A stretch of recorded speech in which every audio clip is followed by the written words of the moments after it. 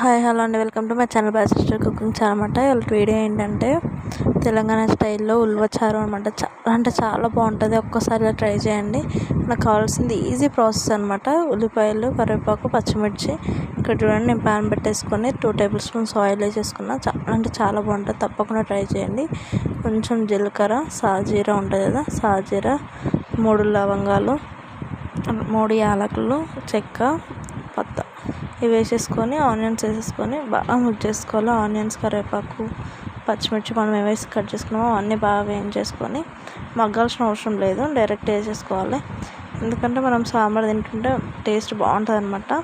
వెల్లుల్లి పేస్ట్, పసుపు వేసేసుకొని బాగా మిక్స్ చేసేసుకొని మనం కారం, ఉప్పు ఇప్పుడైనా వేసుకోవచ్చు. కొంతమంది లాస్ట్లో వేస్తారు, తెలంగాణలో అయితే ఇలానే వేస్తారు. చాలా అంటే చాలా బాగుంటుంది.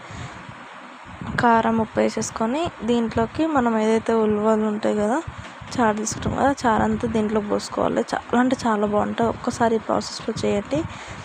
చింతపండు గుజ్జు కూడా తీసేసుకొని మొత్తం దాంట్లో వేసేసుకొని మనం మిక్సీ పెట్టుకున్నాం కదా, కొంచెం మనకి టేస్ట్ మంచి రావడానికి కొంచెం ఉల్వలు తీసేసుకొని మిక్సీకి పట్టేసుకొని దాంట్లో వేసేసుకొని బాగా మిక్స్ చేసుకోవాలి. ఉండలంతా పోయిన తర్వాత కొంచెం గరం మసాలా వేసేసుకొని మిక్స్ చేసేసుకోవాలి.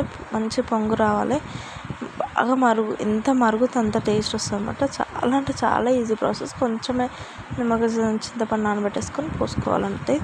దీంట్లో కొంచెం బెల్లం ఉంటుంది కదా, బెల్లం యాడ్ చేసేసుకొని బాగా మరగనించుకోవాలన్నమాట. చూడండి ఎంత బాగా మరుగుతుందో, టేస్ట్ మాత్రం సూపర్ అంటే సూపర్ ఉంటుంది. తప్పకుండా ఒకసారి ఇలా ట్రై చేయండి,